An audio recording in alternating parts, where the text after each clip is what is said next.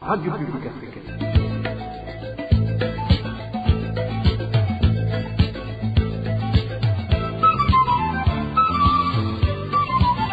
Radio Publique Africaine.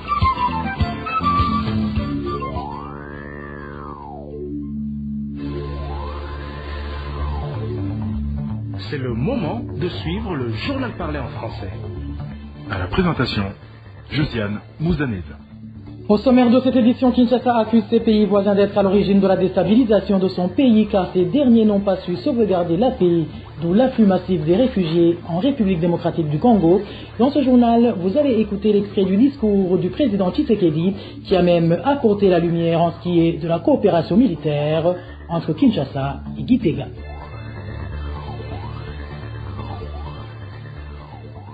Les habitants de la zone Mouira en commune Kanyosha accusent les autorités locales et policières de la place d'avoir implanté clandestinement dans cette zone un cachot avec pour objectif de rançonner les citoyens arrêtés arbitrairement. Vous aurez les détails dans ce journal. Dans ce journal, nous vous parlerons également du calvaire des habitants de certaines localités de la zone Ngagara qui viennent de passer plus d'un mois sans courant électrique. Voilà pour les grandes articulations. Bien le bonsoir chez vous mesdames et messieurs. Tout de suite, le développement de ces titres.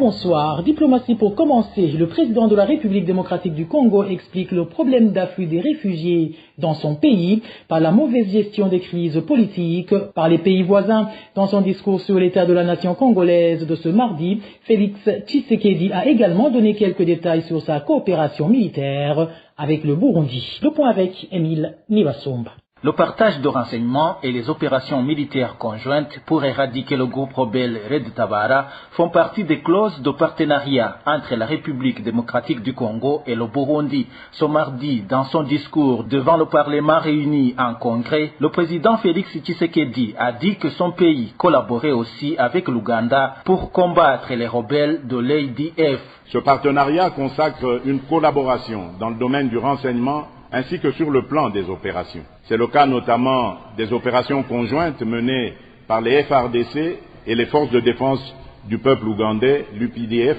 contre les terroristes ADF, et de celles associant les FARDC et les forces armées du Burundi dans l'annihilation des rebelles de Red Tabara. Dans son discours sur l'état de la nation, après 5 ans à la tête du pays, Félix Tshisekedi a indiqué aussi que les malheurs des Congolais proviennent entre autres de l'accueil des réfugiés. L'afflux des réfugiés résultant de différentes crises politiques mal gérées dans certains pays voisins, ainsi que la criminalité transnationale et le trafic illicite des minerais sont autant de facteurs d'insécurité à la base des malheurs de nos concitoyens. Plus de 99% des réfugiés abrités par la RDC sont originaires de 4 pays. La République centrafricaine occupe la première place. Elle est suivie par le Rwanda, le Sud-Soudan et le Burundi qui vient en 4e position. Actuellement, la RDC héberge sur son sol plus de 46 000 réfugiés burundais. Dans son discours, le président Félix Tshisekedi a également annoncé le départ de la MONUSCO et de la force régionale de l'EAC. Pour certaines,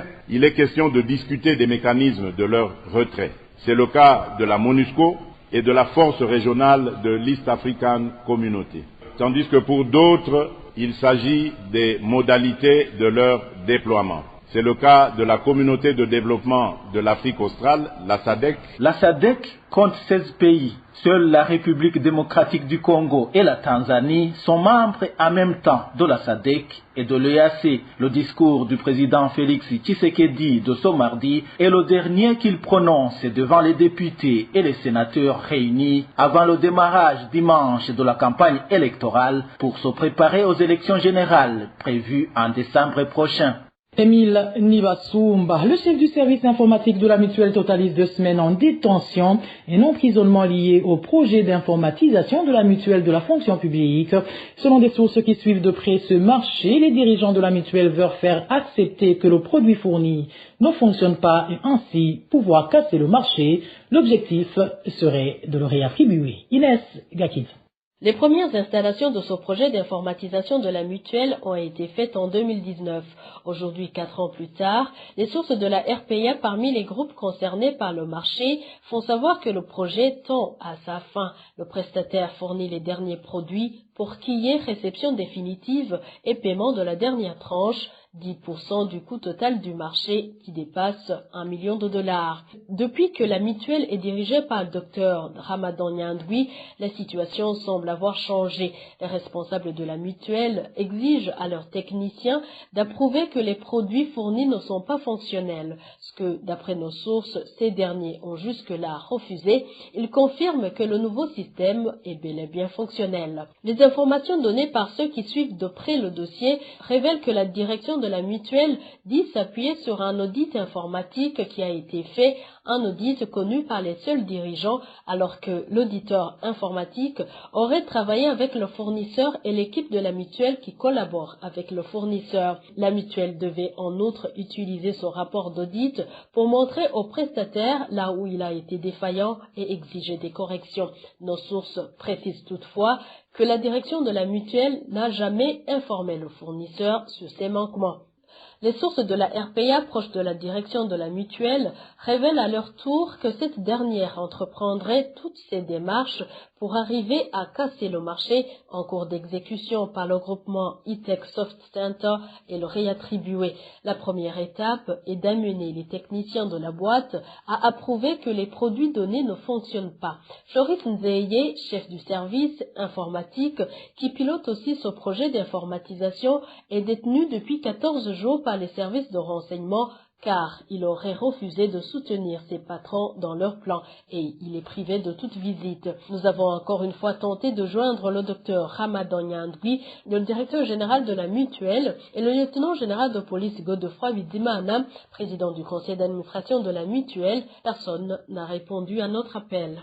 Merci à toi Inès Gakiza. Je vous le disais en titre, implantation d'un cachot non reconnu par la loi au bureau du sous-chef de la colline Muhanambogo sur la colline Kavumu en zone Muyira de la commune Kanyosha en province Bujumbura. Ce cachot aurait été mis en place pour rançonner des citoyens arrêtés arbitrairement. Le chef de la sous-colline Muhanambogo aurait le soutien du chef de la colline Kavumu et de l'officier de la police judiciaire au niveau de la zone. Le point avec Elvis Neomongere. Sur la sous-colline Muhanambogo, tout près du domicile de Songoro Michel, chef de cette sous-colline, est en train d'être reconstruit au bureau de la sous-colline.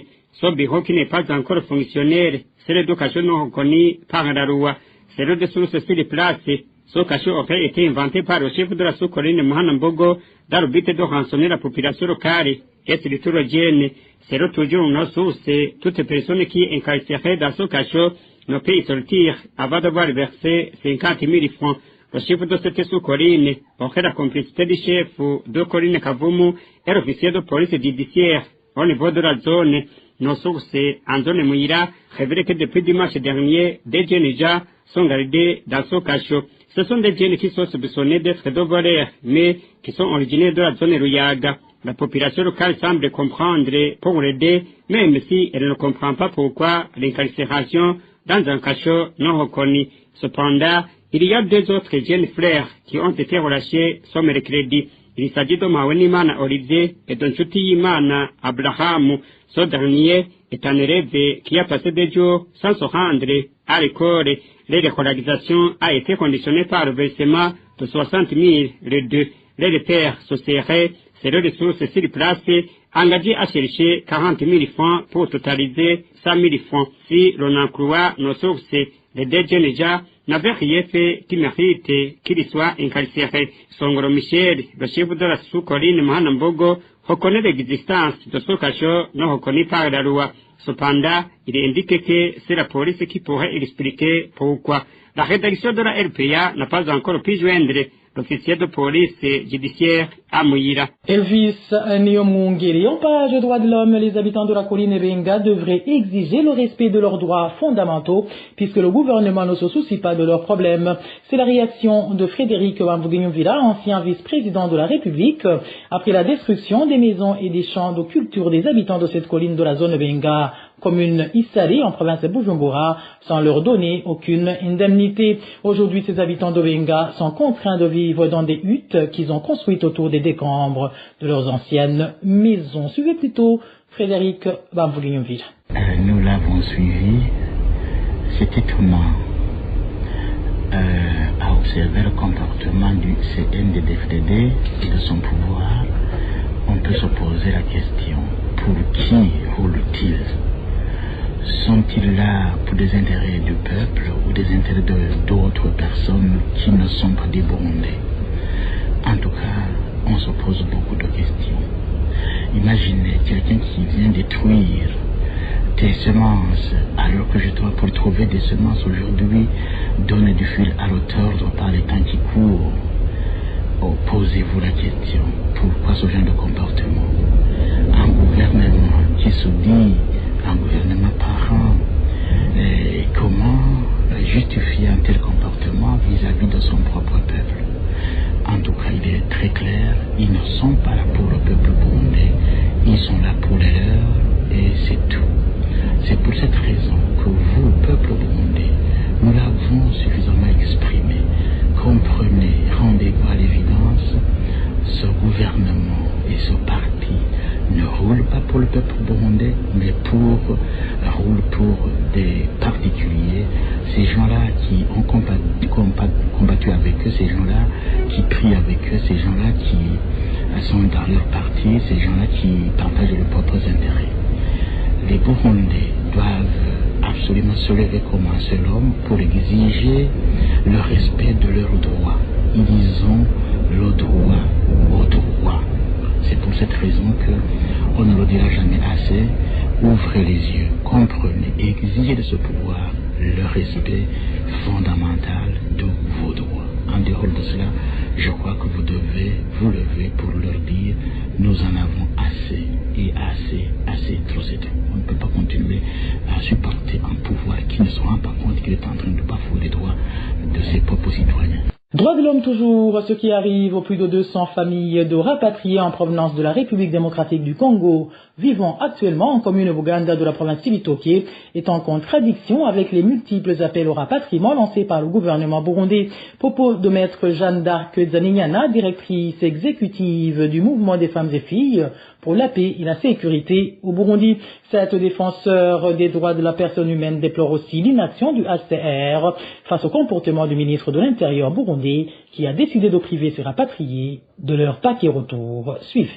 La première chose à signaler, c'est d'abord que c'est tout à fait normal pour des réfugiés de rentrer chez soi, parce que c'est un rêve de chaque réfugié de pouvoir un jour rentrer chez soi. Et aujourd'hui, quand on entend ce qui arrive aux réfugiés qui sont rentrés dans leur pays, la façon dont ils sont traités, aujourd'hui on se demande réellement si le langage du gouvernement, le langage de l'État du Burundi, quand il sensibilise les réfugiés de pouvoir rentrer, quand il ne cesse de crier, de clamer haut et fort que la paix et la sécurité est de retour dans leur pays, si réellement il le fait en sachant ce que ça les implique en termes de sécuriser cette population, ces personnes qui rentrent au pays. C'est important de dire que les réfugiés qui rentrent sont de retour chez eux. Ils se retrouvent dans des situations très vulnérables. Ils ont besoin non seulement d'être intégrés, mais aussi d'être protégés de toutes sortes d'intimidations, de toutes sortes de discriminations, eu égard à leur personne, eu égard à leurs biens. Alors aujourd'hui, c'est à déplorer de savoir que les enfants qui sont rentrés n'ont même plus le droit d'étudier, d'avoir accès à l'éducation. Autre chose, c'est que on se demande si aujourd'hui la population burundaise qui est de retour au pays, aujourd'hui le gouvernement ne fait que les punir du fait que à un moment ils ont fui leur pays. Ce qui a déploré aussi, c'est l'inaction des organismes internationaux comme l'OHCR qui, dans ses responsabilités, doit absolument non seulement assurer le retour de ces réfugiés, mais assurer aussi leur sécurité aussitôt qu'ils sont arrivés dans leur pays. C'est très important que le HCR puisse inciter le gouvernement, voire obliger le gouvernement du Burundi, exiger du gouvernement du Burundi d'assurer réellement la sécurité de cette population, de ces Burundais qui sont rentrés et qui ont besoin d'être sécurisés, d'être pris en charge par le gouvernement du Burundi. Parlons à présent gouvernance ou après que le nommé Jean-Marie Ndayarosé, directeur communal de l'enseignement à Ouraza en province Gitega, a été accusé de mauvaise gouvernance et de détournement par certains enseignants et parents qui se sont confiés à la RPA. Des informations qui nous parviennent indiquent qu'il a procédé aux menaces à l'endroit des directeurs des écoles au cours d'une rencontre qu'il a eue avec eux mardi dernier. Des informations en provenance de nos sources à Ouraza indiquent qu'il use de ces menaces pour les inciter à le dédouaner lors d'une descente de l'inspection générale du travail dont il a été informé qu'elle pourrait être faite prochainement. Les détails avec Emmanuel Niyongeko. Le directeur communal de l'enseignement de Ouraza en province de Gitega, Jean-Marie Ndayarosé, est en train de planifier des stratégies qui lui aideraient à tromper des agents de l'inspection générale du travail qui viendront d'un moment à l'autre enquêter sur ces magouilles. D'après nos sources, ces dernières ont accusé ceux d'essayer de vols et détournements, de corruption et de mauvais traitements infligés à des enseignants qu'ils considèrent comme ses propres ennemis. Parmi ces stratégies, nos sources indiquent que ceux d'essayer à lancer des menaces aux directeurs de différentes écoles de Ouraza. Ces menaces ont été proférées à l'endroit de ces directeurs au cours d'une réunion que Jean-Marie Ndayarosé a organisée mardi dernier, à laquelle étaient conviés les directeurs des écoles. Il y ordonnait à ces directeurs de balayer d'un revers de la main devant les agents de l'inspection générale du travail toutes les accusations lui imputées. Sur les accusations de vols et détournements, Jean-Marie Ndayarosé a été accusé d'exiger un montant de 3600 francs à chaque parent, une somme destinée aux primes des vacataires, alors que cette somme était de 1000 francs. Une somme sollicitée aussi alors que le nombre de vacataires a été diminué par ce même décès, indiquent nos sources. Pour ces accusations, les directeurs des écoles ont été ordonnés par le décès qu'ils devront dire que cette somme a été considérée ainsi après une entente avec tous les parents et qu'aucun élève n'a été refoulé suite au retard de paiement. Vous saurez qu'une somme de plus de 45 millions de francs burundais a été signalée par nos sources qu'elle aurait été détournée dans l'argent collecté auprès des parents, en l'occurrence le paiement des vacataires, l'argent appelé frais de test ou examen, ainsi que l'argent destiné à l'éducation physique et sport. Pour le cas des enseignants vacataires refoulés, ce qui n'a pas empêché que les contributions des parents pour le paiement des vacataires soient augmentées, le DCE Jean-Marie Ndayarosé a ordonné aux directeurs des écoles d'engager d'autres vacataires dans les brefs délais à partir de ce mercredi. Concernant les accusations de corruption sollicitées auprès des directeurs des écoles considérés comme non qualifiés pour occuper ce poste comme recommandé par le ministre de l'Éducation afin qu'ils gardent leur poste, le DCE de Ouraza a indiqué aux directeurs présents dans la réunion tenue ce mardi qu'au cas où les enquêteurs de l'inspection générale du travail tenteraient d'en connaître plus, il faudra leur dire que le manque de directeurs qualifiés est à l'origine de la non-destitution des non-qualifiés. Des propos considérés comme mensonges par nos sources, surtout que le DCE Jean-Marie Ndayarosé a intimidé les directeurs des écoles, que celui qui va le contredire pourra s'attendre au pire. Au regard de ces menaces utilisées comme stratégie pour sauver sa peau, nos sources demandent de nouveau que le DCE Jean-Marie Ndayarosé, également vice-secrétaire communal du parti CNDD-FDD, soit destitué et traduit en justice. De son côté, nous n'avons pas encore réussi à le joindre pour qu'il réagisse aux différentes accusations lui imputées. Emmanuel Niyongeko. Au Burundi, certaines mesures sont prises contre la population et ne profitent finalement qu'à certaines autorités.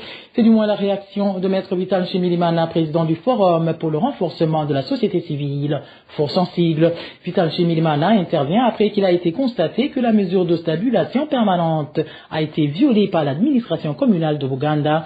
Pour Vital Nshimirimana, de telles mesures viennent montrer les faiblesses du pouvoir. Suivez Vital Nshimirimana, il est le président du Force. Ce qui vient de se produire en commune de Buganda est symptomatique d'un État où la loi ne s'applique pas de la même manière à toute la population.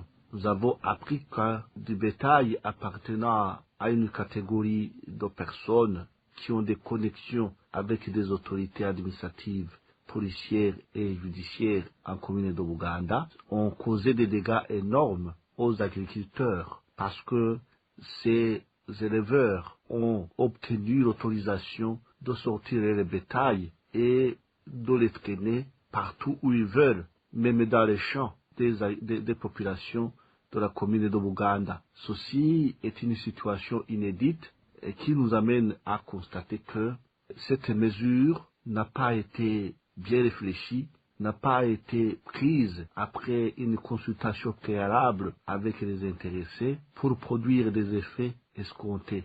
Si la mesure de stabilisation permanente n'est pas mauvaise en soi, il peut présenter des inconvénients graves si elle n'est pas précédée par des consultations avec la population, plus particulièrement les éleveurs, qui doivent être sensibilisés aux bienfaits de la mesure. Et d'ailleurs, des mesures doivent être prises et devraient être prises pour accompagner cette mesure. Mais ce que nous constatons aujourd'hui, c'est qu'une partie de la population, des riches, des autorités relevant de plusieurs administrations qui ont des connexions avec les autorités, s'autorisent à causer des dégâts aux plantations des agriculteurs de la commune de Buganda sous les complices de l'administration qui ne peut rien dire, qui ne peut rien faire. Selon Vital Shimirimana, il est souhaitable que la mesure de stabilisation permanente soit réétudiée et adaptée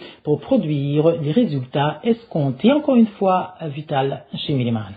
Cette application de 2 poids 2 mesures, où une partie de la population est obligée de mettre en application une mesure, tandis qu'une autre peut bien profiter de la violation de la mesure, même de la loi, c'est une situation inédite qui se produit au Burundi et les gens sont déjà habitués à ce phénomène. Sinon, on sait que le phénomène de conflit entre les agriculteurs et les éleveurs et pasteurs, c'est un phénomène qui se produit dans beaucoup d'endroits dans le monde, mais au Burundi, ce qui est quand même particulier, c'est que des gens qui ont le pouvoir ou qui ont des connexions avec des autorités peuvent facilement violer la loi sans rien craindre, sans craindre une quelconque mesure ou une quelconque sanction. Pour rappel, les administratifs de la commune de Buganda en province Cibitoke violent la mesure de stabilisation permanente pour extorquer de l'argent aux éleveurs.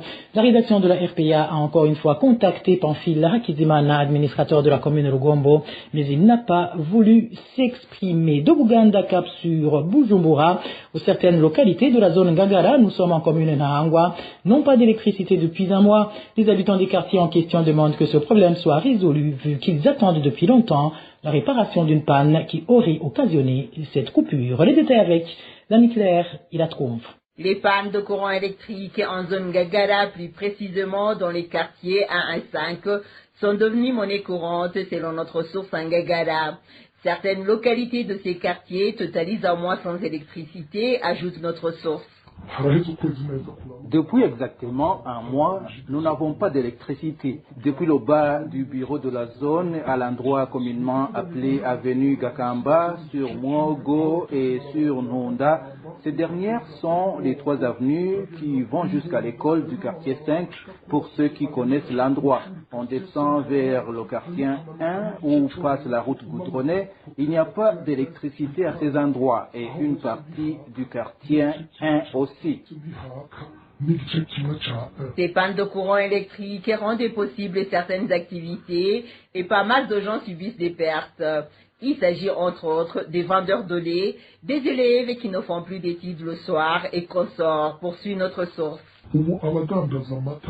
Pour le moment, ceux qui vendaient du lait ont abandonné. Ceux qui font faire des révisions aux enfants doivent le faire de 15h à 18h. Si tu attends de le faire le soir, il n'y a pas d'éclairage. Si nous appelons Jean-Paul, le technicien de la régie des eaux, sur son téléphone, tantôt il ne répond pas, mais s'il répond, alors il nous dit qu'ils attendent du matériel. Nous ne savons pas où réside le problème. Vous saurez que durant les 2 derniers jours, à savoir mardi et mercredi, le quartier 3 n'avait pas de courant électrique.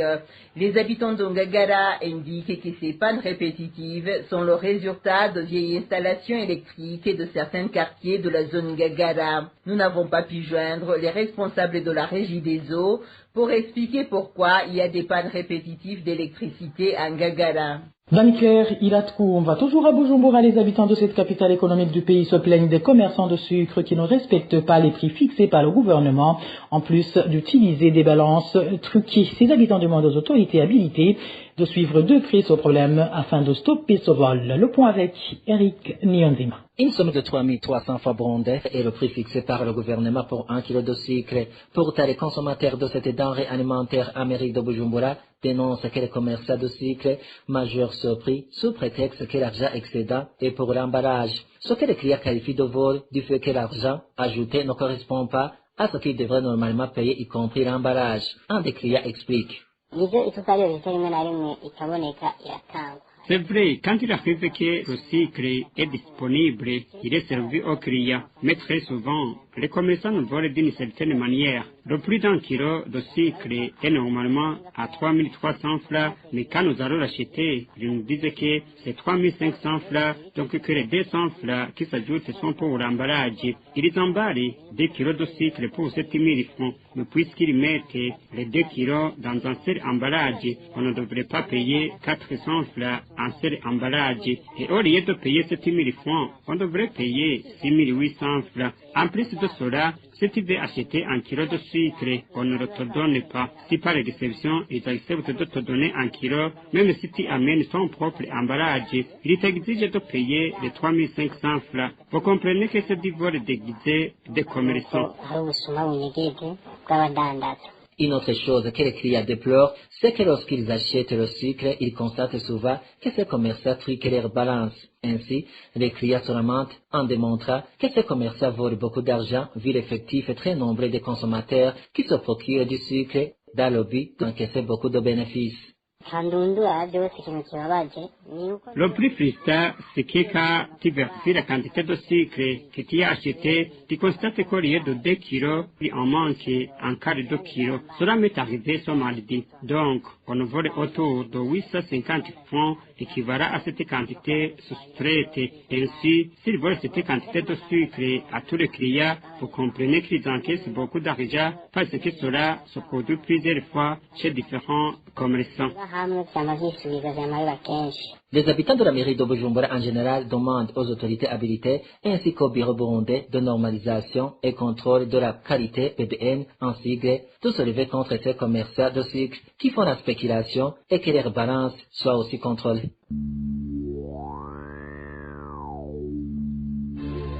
Et voilà, mes fidèles de la RPA, c'est sur ce reportage de mon confrère Eric Nyonzima que prend fin le journal en français de ce jeudi 16 novembre 2023. Merci pour votre aimable écoute. Merci également aux équipes rédactionnelles et techniques pour leur franche et parfaite collaboration. À la présentation de ce journal, vous étiez avec Josal Mouzaneza. Passez de bons moments chez vous. Au revoir.